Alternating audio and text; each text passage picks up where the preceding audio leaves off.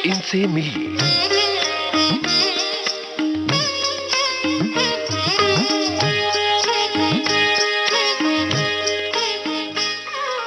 नमस्कार। आज इनसे मिलिए कार्यक्रम में हम आपकी मुलाकात करवा रहे हैं टीवी और फिल्म अभिनेता जसपाल संधू से। इनसे बातचीत की है राजेंद्र त्रिपाठी ने। दोस्तों नमस्कार। विविध भारती के इनसे मिलिए कार्यक्रम में आज हमारे स्टूडियो में हमने आमंत्रित किया है टीवी और फिल्म कलाकार जसपाल संधू जी को। इन्होंने कई सीरियल्स में काम किया है, आपने भी देखा होगा। ये अपने बारे में भी बताएंगे तो एक पहचान सी आपको कल्पना में आ जाएगी और आप जान जाएंगे ये कलाकार कौन है।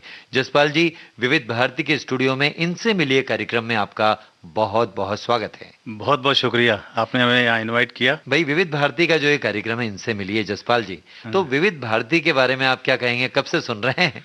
विविध भारती तो जब से मैंने होश संभाला तब से सुन रहा हूँ जी। जब हमारे पास रेडियो नहीं हुआ करता था तो मैं दिल्ली में रहा करता था, तो लोगों के घरों में रेडियो बजता था विविध भारती का प्रोग्राम, और उसमें खासकर जब ऐड आती थी टंग करके, वो आज तक मुझे याद है और मुझे कुछ ऐड तक याद है उसकी। जी जी जी। तो ये तो हुआ कि आप बहुत पुराने और सुधी श्रोता हैं। और कैसे आना हुआ मुंबई आपका, रहने वाले कहाँ के हैं, बचपन आपका कहाँ बीता, एक हमारे सुनने वाले जानना चाहेंगे। मेरा जन्म 15 जून 1952 में नारली विलेज में जी, डिस्ट्रिक्ट अमृतसर में हुआ था। लेकिन मेरी पढ़ाई दिल्ली में 8वीं स्टैंडर्ड तक हुई, क्योंकि हमारे फादर रिजर्व बैंक में थे, वो दिल्ली में उसकी पोस्टिंग थी। दिल्ली से जो, क्योंकि हिंदी मीडियम में हम लोग पढ़े थे, फादर की ट्रांसफर हो गई चेन्नई, और वहाँ पर सिर्फ तमिल और इंग्लिश होती थी, तो उन्होंने हमको पंजाब भेज दिया ताकि हमारे पढ़ाई में कोई फर्क ना पड़े। उसके बाद मैट्रिक किए, मैट्रिक करने के बाद हमारे फादर की ट्रांसफर हो गई मुंबई, और मैं मुंबई आ गया, और मेरा कॉलेज जो है वो मुंबई से शुरुआत किया। ग्रेजुएशन मैंने जैन कॉलेज से की है। जैन कॉलेज से कौन से विषय में किया आपने? Economics special. अरे वाह! ये देखिए, एक संयोग बनता है कि आपके पिताजी का जो रिजर्व बैंक में जॉब था वो स्थानांतरित जॉब था, इन्हें ट्रांसफरेबल था वो, और इसी सिलसिले में आपको मुंबई आने का मौका मिला जी। ठीक है, अगर ना सही दिल्ली, लेकिन ना सही पंजाब, लेकिन मुंबई में अगर आपकी पढ़ाई पूरी हुई है तो एक जो आपकी कलाकारी है उसका सिलसिला भी यहीं से शुरू हुआ होगा। सही मानों में बताया जाए तो जब से मैंने होश संभाला तब से मैं फिल्में देखता आ रहा हूँ। अच्छा। थिएटर में ज़्यादा नहीं देखी मैंने, लेकिन हमारे दिल्ली में खास करके वहाँ पर शोज हुआ करते थे। एक मुझे विवेक सा याद है, धूल का फुल फिल्म चल रही थी, वो मुझे उसमें जो तेरे प्यार का उतना सा मुझे याद है, बाकी फिल्म क्या थी मुझे थोड़ी याद नहीं है। फिल्मों में काम करने का जो इच्छा थी या उसका जो था जुनून था, वो कुछ नहीं था। वो सिर्फ जैसे बाकी होते हैं उनको अच्छा लगता है, फिल्में में देखता था, फिल्में देखने का शौक था, काम करने का कभी सोचा नहीं था मैंने। यानी बचपन से आपके दिमाग में एक जो सपना था वो नहीं था? सपना नहीं कह सकते, मतलब कह सकते सबकॉन्शियस में रहा होगा। जी जी जी। फॉर एग्जाम्पल मेरी आंटी बोलती, मैं एक बार बोला मैं एक्टर बनूंगा, तो बोले तू काला आदमी है, तेरे को एक्टर कौन बनाएगा? तो मैंने कहा मैं डायरेक्टर बन जाऊंगा। अब डायरेक्टर क्या चीज होती है मुझे कुछ नहीं पता था जी, तो लेकिन मैंने उसको बोल दिया। अब वो पता नहीं कहीं वो डायरेक्टर बात कहीं चिपक गया, तो देखो बाद में आकर प्ले भी डायरेक्ट किए और मैंने एक सीरियल भी डायरेक्ट किया। अच्छा। हाँ। तो ये आपकी जो कलाकारी वाली बात है, जिसमें आपने एक्टिंग की जो बात की है शुरू में, तो वो उस सिलसिला कहते हैं ना कि एक्टिंग तभी होती है जब कीड़ा होता है। कीड़ा होता है, बिल्कुल। ये कैसे लगा आपको? हुआ ये कि मैं जब बॉम्बे आया तो मेरा क्लास फेलो हुआ करता था सुखदेव भट्टी करके, हम दोनों लास्ट के बेंच में एक साथ बैठा करते थे। तो वो भाड़ा किया करता था और डांस किया करता था फिल्मों में एज ए जूनियर आर्टिस्ट। अब मेरे लिए तो वो फिल्म का कनेक्शन पहला था, और मेरे लिए तो वो धर्मेंद्र से कम नहीं था जी। तो मैं उसका शागिर्द हो गया। एक दिन शाम को रिहर्सल कर रहे थे किसी प्रोग्राम के लिए, तो मैं ऐसे मिलने को गया तो ड्रम बज रहा धन धनाधन धन धनाधन, तो मुझे देख के मैंने भी हाथ पांव हिलाने शुरू कर दिए। हाथ पांव हिलाते हिलाते हुआ है कि जैसे वो कर रहे हैं वैसे करने लग गया। बाई चांस ऐसा बात हुई कि उनका एक आर्टिस्ट है वो नहीं आया, तो मुझे पूछा तुम करोगे? मैं बिल्कुल करूंगा। और पहला प्रोग्राम मैंने 5 सितंबर 1968 में मैंने पाटकर हॉल में किया था live. That was my beginning. ये बहुत अच्छी बात बताई आपने कि देखिए, कई लोग अपने अवचेतन मन में एक बात को डाल लेते हैं, लेकिन कहीं ना कहीं वो था आपका बनने का, और वो जुनून था या आपका एक पैशन था, वो ले आया आपको मुंबई और ये शुरुआत हुई आपकी जी। लेकिन हमने सुना है कि थिएटर की शुरुआत आपने बड़े अजीब तरीके से की, और इप्टा में भी आप जुड़े रहे, वो वाकया कह रहे हैं? थिएटर का ऐसा है कि मेरा एक दोस्त था जो मुझे फिल्म की स्ट्रगल में करते करते मैं मिला। एक्चुअली मैंने एक फिल्म बन रही थी खोज, जिसको जुगल किशोर प्रोड्यूस कर रहे थे। अच्छा। तो उनका असिस्टेंट बनने का मुझे 4-5 महीने के लिए मौका मिला। पिक्चर खत्म हुई, खत्म होने के बाद डायरेक्शन का चस्का पड़ गया। मैं चाहता था फिल्म इंस्टीट्यूट में जाके डायरेक्शन का कोर्स करूं, मेरे फादर सपोर्ट करने को तैयार ही नहीं। उन्होंने कहा नहीं ये अनसर्टन जॉब है, मैं आपको वहाँ नहीं डाल सकता, तो उन्होंने मुझे रिजर्व बैंक डाल दिया। अच्छा। अब रिजर्व बैंक में नौकरी कर रहा हूँ मैं और मैं यहाँ नहीं जा पा रहा हूँ, तो मुझे बड़ा फ्रस्ट्रेशन ही होने लगे। जी। तो हुआ ये कि मेरा एक दोस्त था जो मुझे फिल्म इंडस्ट्री में मिला था, उसने मुझे कहा एक काम करो तुम थिएटर करना शुरू कर दो। तो थिएटर में मैं कोशिश कर रहा हूँ, गुजराती थिएटर कर रहा हूँ, मराठी में कर रहा हूँ, कोई मुझे सीरियसली लेने को तैयार ही नहीं। तो हार के मैंने क्या किया, अपने रिजर्व बैंक के अंदर ही एक कंपटीशन आया, वहाँ पार्टिसिपेट करना शुरू कर। सांस्कृतिक कार्यक्रम में ये एक बाहर कंपटीशन हुआ था। अच्छा। एक दो लोग जो थे फेवर में थे, वो उन्होंने कहा ये कंपटीशन आया है, तो मैंने कहा चलो करते हैं। तो वन नाइट प्ले किया, उसमें वन नाइट प्ले में best direction, best acting, best production को अवार्ड मिला। That was the beginning. बहुत ही अच्छी शुरुआत रही आपकी, आपके मनपसंद हिसाब से, जो कहते हैं ना कि अगर ये नहीं तो वो नहीं तो वो सही।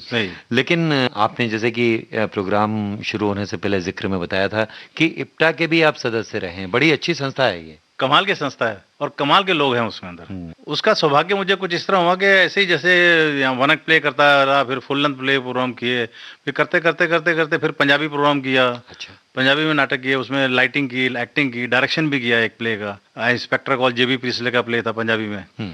उसके बाद वो ग्रुप कहीं तितर बितर हो गया, उसके बाद हमने इप्टा ज्वाइन कर लिया। इप्टा में पहले 3-4 साल मैंने लाइटिंग की, प्लेस की।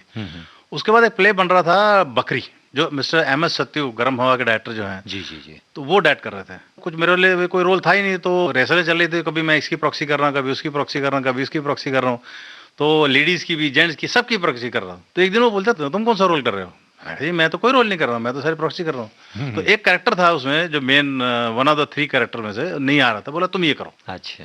बस मुझे मौका मिला और प्ले हिट हो गया। और उसके अंदर एक और बड़ी मजेदार बात थी, नाटक के एंड में एक चीफ गेस्ट आता है।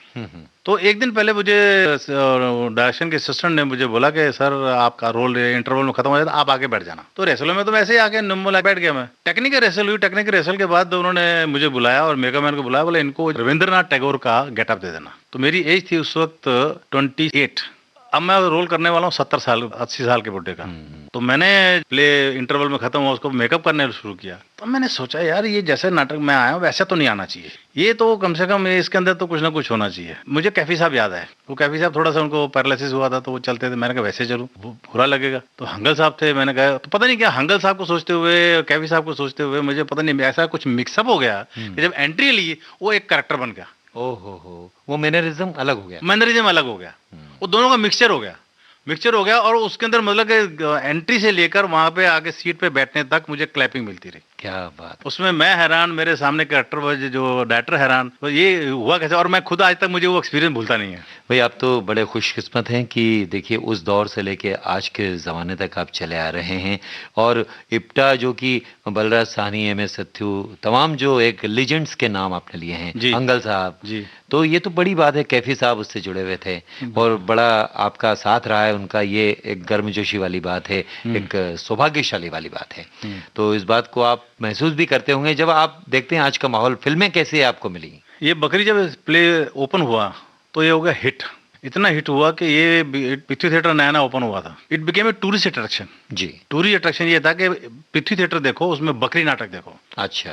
उसमें LK अडवाणी साहब, मिस्टर वाजपेयी साहब भी वो प्ले देख के गए थे, अमिताभ बच्चन देख के गए हैं, उनको बड़ा प्ले पसंद आया। हुआ ये कि प्ले सक्सेस होने के बाद हमारे इप्टा में एक बाबू कुमार होते थे, वो फिल्मों में असिस्टेंट हुआ करते थे। तो उन्होंने एक दिन मुझे बोला कि विदु विनोद चोपड़ा फिल्म बना रहा है सजाए मौत, उसमें तुम्हारे लिए एक रिकमेंड किया, तुम जाके कर लो। तो गया तो डॉक्टर का बोलता, दो छोटे छोटे सीन थे, कर दिए। उसके बाद उन्हीं के ग्रुप में कुंदन साहब फिल्म कर रहे थे, जाने भी दो यारो, उन्होंने मुझे जाने भी दो यारो दिलवा दी। विदु विनोद चोपड़ा की फिल्म जो थी उसके अंदर वो प्रोडक्शन इंचार्ज थे। क्या बात, मतलब फ्रेंड्स थे, डायरेक्टर थे, लेकिन एक दूसरे को हेल्प कर रहे थे। जी जी। उन्होंने फिर कोई शायद, अगर आपने फिल्म देखी होगी, महाभारत का सीन आता है। हाँ, उसमें धृतराष्ट्र जो है, अच्छा, वो मैं था। अरे वाह। देखिए तो हमारे सुनने वाले भी एक समझ रहे होंगे, कल्पनातीत जो बात है वो दृश्य के रूप में उभर रही होगी आपको, और याद आ रहे होंगे वो कलाकार कौन है। जसपाल संधू से मुलाकात जारी है और इनसे मिले कार्यक्रम चल रहा है विविध भारती से। जसपाल जी ये बताइए कि फिल्में तो आपको मिली, कैरेक्टर भी मिलते रहे, लेकिन जैसे कि आप बातचीत कर रहे हैं उससे लगता है कि आपकी जो अंदर की भूख है वो एक अच्छे कैरेक्टर को डिमांड कर रही होगी, तो वो अभी तक आपको मिला नहीं है या मिल चुका है? मिले भी हैं, लेकिन अनफॉर्चुनेटली फॉर मी कि जो मुझे मेजर रोल मिले हैं वो फिल्में रिलीज नहीं हुई। जैसे फॉर एग्जांपल दुनिया मैंने की दिलीप साहब के साथ, दुनिया तो रिलीज हुई थी। हाँ नहीं, फिल्म रिलीज हुई है। उस फिल्म से मुझे आग का दरिया फिल्म मिली, अच्छा। जो दिलीप साहब ने मुझे रिकमेंड किया था। उन्होंने मुझे रोल दिलवाया था और उस रोल के कम से कम 6-7 सीन थे। वो इतना जबरदस्त नेगेटिव रोल था।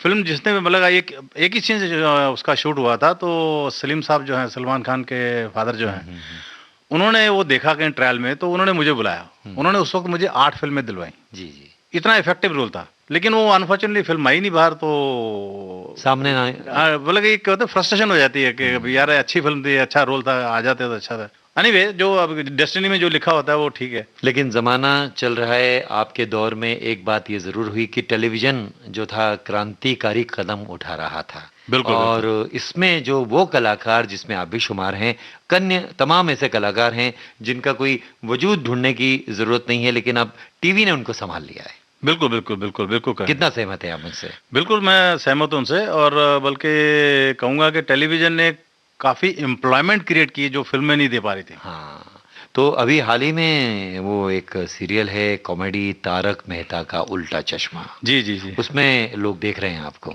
जी। कौन सा रोल है जरा बताइए। बावरी के फादर हैं कानपुरिया, तो वो रोल कर रहा हूँ। और उसमें होता ये है कि बावरी बागा से प्यार करती है, और मैं उसको बोलता हूँ कि अगर उसका हमारी लेवल पे इनकम नहीं हुई तो मैं जो है शादी नहीं करूंगा, करने दूंगा तुमको। तो वो क्या करते हैं कि वो सेठ जी से बात करके वो सेठ नौकर बन जाता है, नौकर सेठ बन जाता है। अब उसमें जो गलतियां होती हैं, गलतियों में कॉमेडी जो निकलती रहती है, बस वो बीच बीच में वो चलता रहता है। हाँ, तो मेरे ख्याल से उम्मीद है कि सुनने वालों को वो चेहरा याद आ चुका होगा, बावरी के पिताश्री, जो कानपुरिया स्टाइल में बात भी करते हैं। तो अभी और इतने सारे जो प्रोजेक्ट चल रहे होंगे आपके, इसके अलावा सीरियल्स के। आपने कहा कि मैं लाइट भी करता था, तो सिनेमा की हर विधा से आपको प्यार है, शौक है आपको। बिल्कुल बिल्कुल। तो आगे अब आपका क्या इरादा है? ताकि करना तो आप चाहेंगे कि फिल्म में ही आप जिएं, ये तो लग ही रहा है, लेकिन अब आगे क्या आपका एक नया प्रोजेक्ट है या क्या इरादा है? फिलहाल पाइपलाइन में है, 2-4 प्रोजेक्ट हैं। अच्छा। सीरियल के लिए नाम रिकमेंड हुआ है। जी जी। अभी देखो, तो टीवी पे जैसे मैंने कहा, वहाँ टीवी पे ऐसा होता है कि ऐसी बात नहीं कि उनको मेरी परफॉर्मेंस पे या मेरी टैलेंट पे डाउट होता है। सिर्फ ये है कि उनको देखना होता है कि मेरा चेहरा उस कैरेक्टर से उनके साथ मैच करता है कि नहीं, लुक्स मैच करते हैं कि नहीं। तो अब वो उनकी चॉइस है। अब देखो, कभी ना कभी तो मैच करेगा ही। बिल्कुल मैच करेगा, उम्मीद को कभी नहीं छोड़ते हैं सच्चे कलाकार। नहीं नहीं, बिल्कुल बिल्कुल, मुझे पूरी उम्मीद है। आप विविध भारती के स्टूडियो में आए, अपने बारे में इतनी सारी जानकारी आपने दी, और हम चाहते हैं कि आगे भी आप जब काम करते रहें तो अगली मुलाकातों के दौर अगले कार्यक्रमों में चलते रहेंगे। शुक्रिया, बहुत बहुत धन्यवाद आपका, विविध भारती के स्टूडियो में आए आप, और सुनने वालों की ओर से, हमारी ओर से आपको बहुत बहुत धन्यवाद। शुक्रिया जी, शुक्रिया। तो ये था आज का इनसे मिलिए कार्यक्रम, जिसमें हम आपको सुनवा रहे थे जाने माने टीवी और फिल्म अभिनेता जसपाल संधू से राजेंद्र त्रिपाठी की बातचीत। इस कार्यक्रम का संपादन किया PKA नायर ने, और विविध भारती की ओर से इस कार्यक्रम को प्रस्तुत किया सुभाष चंद्र सिंह ने। इनसे मिलिए।